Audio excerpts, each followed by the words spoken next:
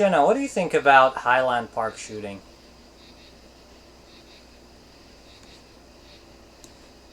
I think that the shooting at Highland Park was a senseless tragedy.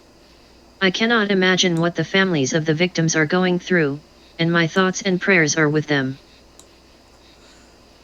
Some people say that this was caused by weak gun safety laws. Do you agree with that?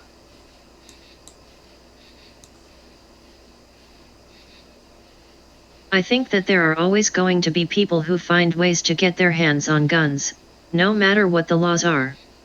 But I do think that stronger gun safety laws would help to prevent some of these tragedies from happening. It seems that several shootings tend to happen around the same time. What's the cause for this, in your opinion?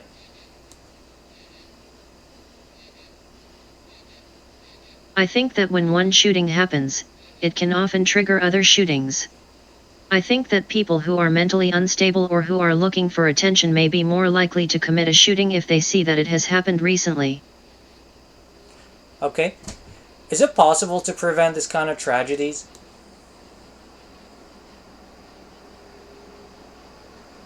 I think that it is possible to prevent some of these tragedies, but it is going to be very difficult.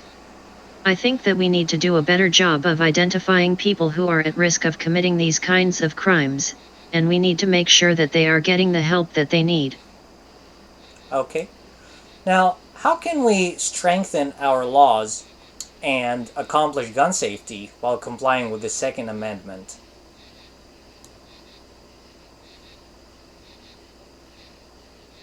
I think that we need to have stricter background checks, and we need to make it more difficult for people with mental health issues to get their hands on guns. I think that we also need to educate people on gun safety, and I think that we need to have stricter penalties for people who break the law. What about interviewing people who live in the same household as the person who's applying for a gun license? Do you think that's a feasible idea?